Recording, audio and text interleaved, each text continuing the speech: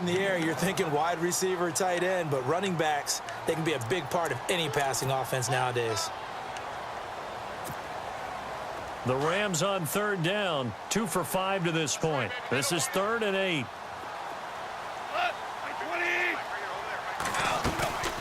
Here comes carry number 10 for Gurley. And they'll lose yardage here. They go backwards to the 13-yard line. That'll make it 4th down after a loss of 1. Well, look at the clock. You're down 2 scores. Have to go for this, don't you? And they thought that as soon as they took over possession. It didn't matter where they were on the field. They were always going to be in 4-down territory, backed up, in good situation. It didn't matter. So they've been preparing for that on their play sheet the entire time.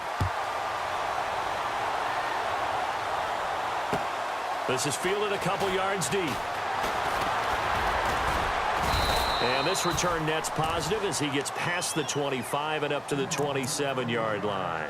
And the Chargers coming out of the field now. And they will simply, Charles, be looking to duplicate what they did last drive when they were able to push it in for 6. And they hope it'll be that easy, right? To be able to take exactly what happened before, replicate it. They may have to make a few additional changes along the way because I'm sure the defense will make some adjustments, but they've got to have great confidence having scored the last time out.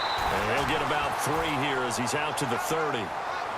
And when do they start thinking about burning these timeouts? They've got all 3 still defensively. To me, you have to start right now. Here's the time, and that means you've got to stop them on defense, not give up the yardage, use your timeouts in order to get the ball back and try and score yourself. But now is the time to start using those timeouts. And keep in mind, it'll also stop the clock at the 2-minute warning.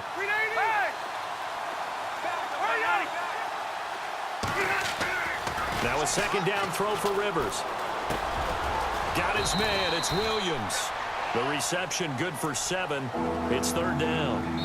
Now a timeout coming in here defensively as they stop it before the 2-minute warning with 2:09 to go in the game.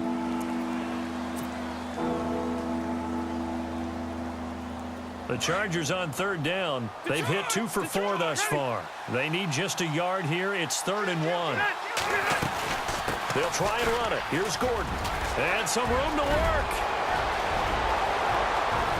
There goes Melvin Gordon. Touchdown, L.A. Melvin Gordon, his 2nd touchdown of the afternoon. And the Chargers find a way to stretch their lead. Well, they were just hoping that run would pick up the first. They got the whole enchilada. And I'm so used to teams on 3rd down, doesn't matter how far they need for a 1st down, throwing the ball. Instead, they run it, and as you said, picked up the 1st down, and then some, and then some. In fact, everything, all the way for a touchdown. Terrific play.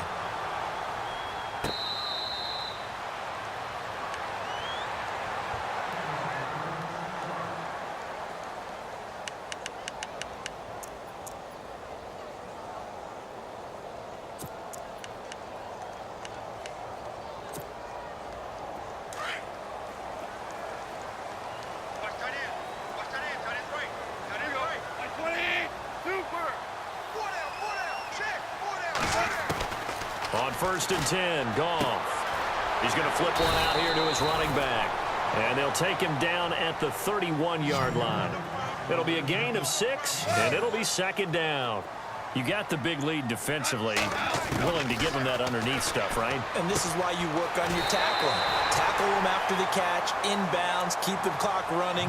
Just go ahead and bleed the game out that way. It's an 8-yard pickup and leads to a new set of downs.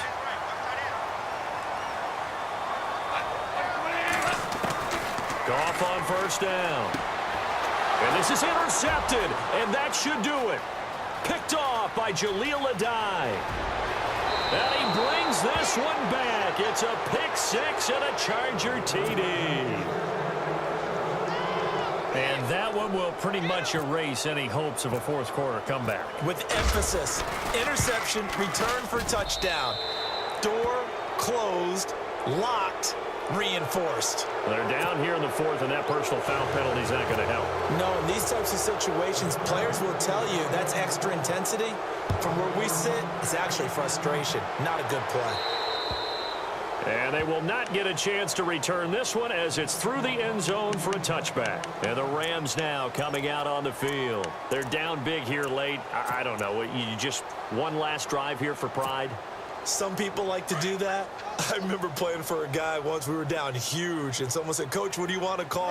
He just waved a hand like, "Who cares? Let's get out of here and do something some other time." But some teams like to do something at the end to feel a little bit better as they continue to move forward. Yeah, probably just want to put this one behind them.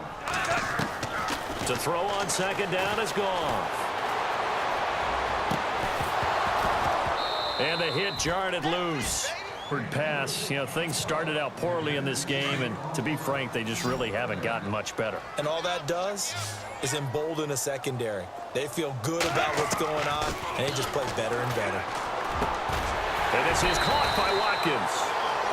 And now before this first down play, we're going to get a timeout here, as they'll get a chance to talk it over after picking up the first down.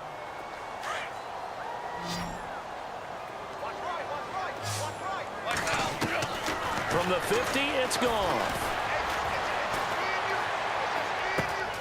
Throw right side is into the hands of his tight end, Everett. And he'll be brought down at the 45-yard line. 5 yards on the catch there, brings up second down. I think it's okay there. They didn't get a whole lot on that play, but it's nice to have a safety valve that's built like this guy. Big target, guy you can spot pretty easily. Put it on him when your other targets aren't open. Flush to his right.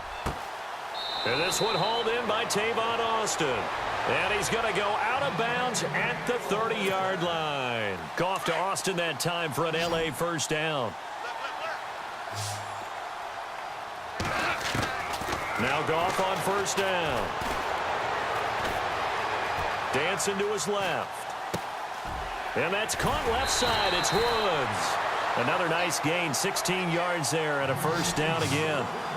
And yes, home is where the heart is. And for Robert Woods, it's Los Angeles. He played college football at USC right here in this stadium. And probably feels comfortable out there. He was an All-American as a Trojan in 2011. Yeah, really trained to be an NFL player. I mean, he watched a lot of NFL cut-ups and tapes of wide receivers while he was in college before joining them on this stage. Sammy Watkins, the intended receiver, and it's second down.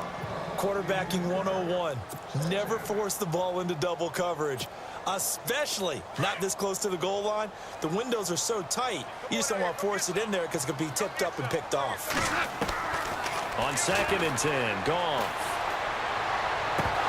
And he drops it incomplete, and their struggles continue here.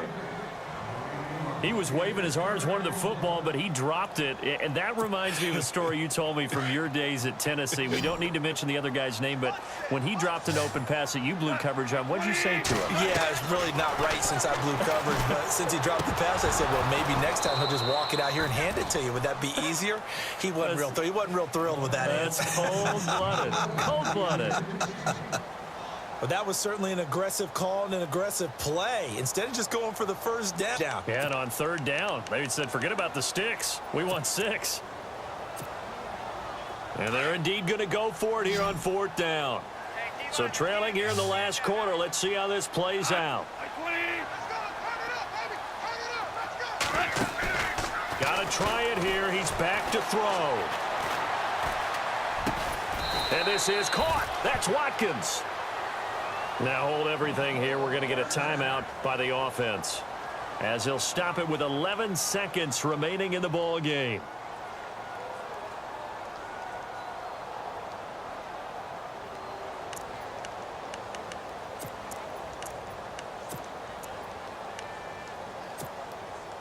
And the offense readies for play number 10 of this series. Again, Goff. And this is caught. He's got it. Touchdown,